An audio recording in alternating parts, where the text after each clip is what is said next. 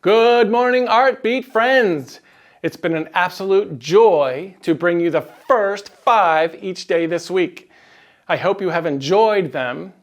It's hard to believe that it's the last day of Artbeat, and it's with great joy that I look forward to your amazing performance. Have you guessed today's topic? Yep, it's joy. I'm guessing you have some idea of what joy means. Maybe you think when someone has joy, that means they're happy. That's a good start, but I actually want to help you understand joy by talking about how joy and happiness are actually different. But first, let's see what you think. Now, it's totally okay if you don't know the difference between joy and happiness, but I want you to take just 30 seconds to talk to someone next to you about how you think they might be different. What's the difference between happiness and joy?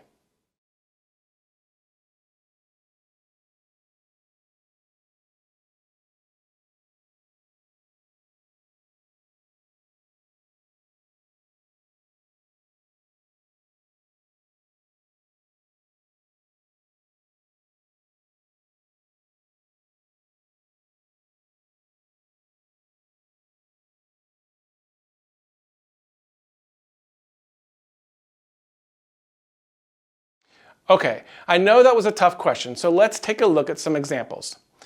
The end of the Annie musical is so happy that I think we sometimes forget that during most of the story, Annie is leading a hard-knock life with no parents, no money, bad food, and a mean lady who seems to only care about herself.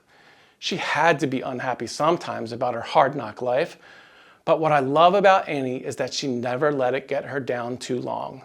She always knew the sun would come out tomorrow. Her trust and hope for the future was pure joy. In the Bible, we are told there were 2 men who were pretty much walking and minding their own business when some Roman business owners decided they didn't like them, so they had them arrested.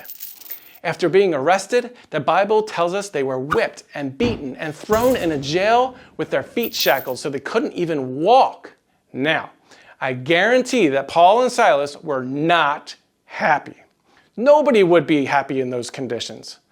But the very next sentence in the Bible says that Paul and Silas were praying and singing songs to God and praising Him. How could they do that when they were in such pain and locked in a prison? It's because even though they weren't happy, they still had joy in knowing that an all-powerful God loved them very much.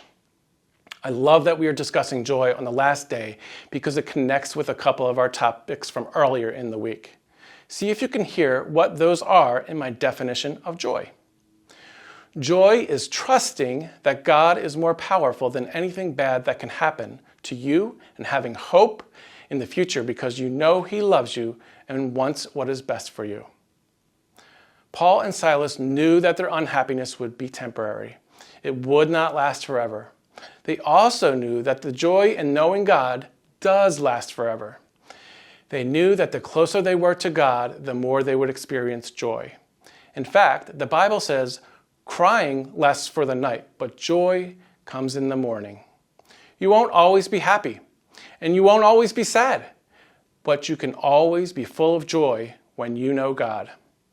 If you want to know more about what it means to know God in a way that you can always have joy, I encourage you to reach out to your leader or another adult during Artbeat. Or, if CCC isn't your church home, talk to your parents about visiting here this Sunday. Well, that's it for this first 5 for this year. I hope and trust that the grit that you have demonstrated this week and the friendships you have enjoyed will help you to have a wonderful performance and will bring great joy to your audience.